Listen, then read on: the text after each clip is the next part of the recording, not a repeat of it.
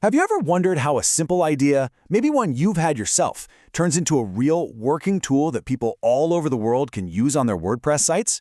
Well, today, we're going to pull back the curtain on that whole process. We're going on the full developer's journey, right from that first little spark of an idea all the way to launch day. So here's our roadmap for this adventure. First, we'll talk about the spark, where the idea comes from. Then we'll set up our workshop for success. After that, it's all about the blueprint, understanding how WordPress speaks.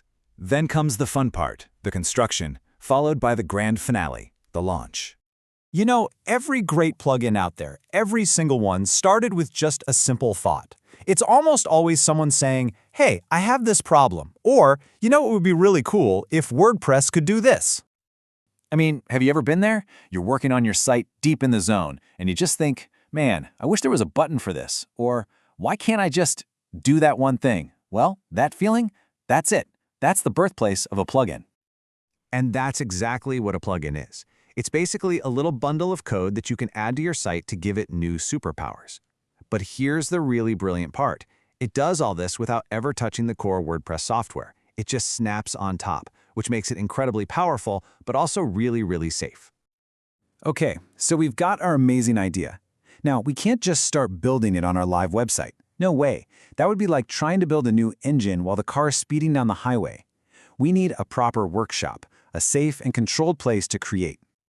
For a plugin developer, that workshop is what we call a local development environment. It sounds technical, but it's pretty simple. Using free tools like XAMPP, you can basically turn your own laptop or desktop into a private little web server.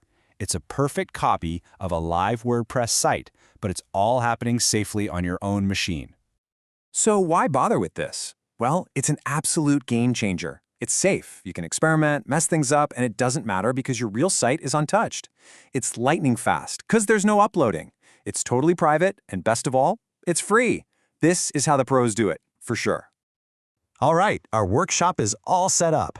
Now we need the blueprints. You see, to build a plugin that plays nice with WordPress, we have to speak its language. We have to understand how it's designed from the ground up. And the entire language of WordPress plugins revolves around one core concept: hooks. Think of it like this. As WordPress is building a web page, it's constantly shouting out announcements at specific moments. It's like, hey everyone, I'm about to load the header. Or, okay, I just finished showing the blog post. Our plugin is basically listening for those specific announcements, and when it hears the right one, it jumps in and does its thing. Now, this is where it gets really cool. There are two main types of hooks. First, you have action hooks. Their job is to do something. For example, you can use an action to add your Google Analytics tracking code into the website's header. It's adding something new. Then you have filter hooks. Their job is to change something that's already there. For instance, you could use a filter to automatically add your signature at the end of every single blog post. Actions add, filters modify. It's a really elegant system. And believe it or not, it all boils down to a line of code that looks just like this. You're basically telling WordPress two things. First, which announcement or hook you want to listen for, and second, what's the name of your function that you want WordPress to run when it hears it. That's the heart of it all. Blueprints in hand, it's time for the fun part, construction. This is where we actually write the code that brings our idea to life. And just like building a house, we have to think about two really important things: security and making sure it's user-friendly. Security is absolutely non-negotiable. Anytime a user types something into your plugin, you have to treat it as potentially dangerous. So we follow this simple three-step mantra. First, validate it. Is this actually an email address like it's supposed to be? Second, sanitize it. Let's strip out any nasty, harmful code. And finally, escape it right before you show it on the screen, which neutralizes it so it can't do any damage. And this quote right here just nails it. You always escape your data at the last possible nanosecond, right as it's being printed to the page. Why? Well, because if you do it too early, something else in your code could accidentally change it later on and make it unsafe again. Late escaping is safe escaping. A huge part of construction is also about the user's experience.